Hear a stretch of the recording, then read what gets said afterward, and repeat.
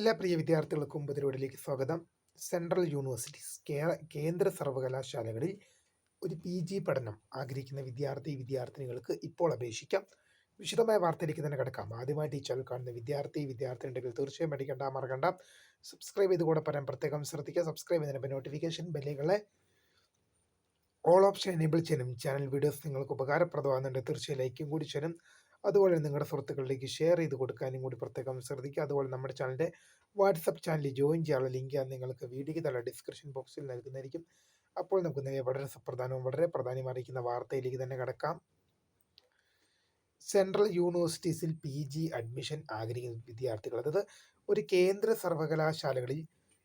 സർവകലാശാലകളിൽ PG പ്രവേശനം ആഗ്രഹിക്കുന്ന വിദ്യാർത്ഥിനികൾക്ക് ഇപ്പോൾ അപേക്ഷിക്കാൻ സാധിക്കും.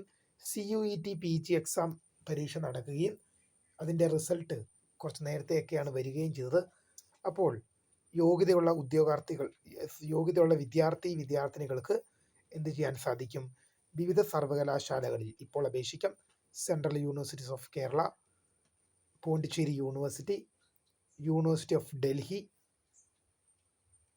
ബനാറസ് ഹിന്ദു യൂണിവേഴ്സിറ്റി പോലുള്ള വിവിധ യൂണിവേഴ്സിറ്റികളിൽ വിദ്യാർത്ഥികൾക്ക് ഇപ്പോൾ അഡ്മിഷനായി ആപ്ലിക്കേഷൻ അയക്കാൻ സാധിക്കും. CUET PG എക്സാം എഴുതുകയും യോഗ്യരായ വിദ്യാർത്ഥികൾക്ക് ഇപ്പോൾ അപേക്ഷിക്കാം. എന്തായാലും വിദ്യാർത്ഥിനി ഇക്കാര്യം അറിയാതെ പോകരുത്. വീഡിയോ ഇഷ്ടപ്പെട്ടാൽ ലൈക്ക് ചെയ്യുക, ഷെയർ, സബ്സ്ക്രൈബ് ചെയ്യുക. അപ്പോൾ my name is Karim, the founder of Scribe. Further career guidance. Thank for watching. By.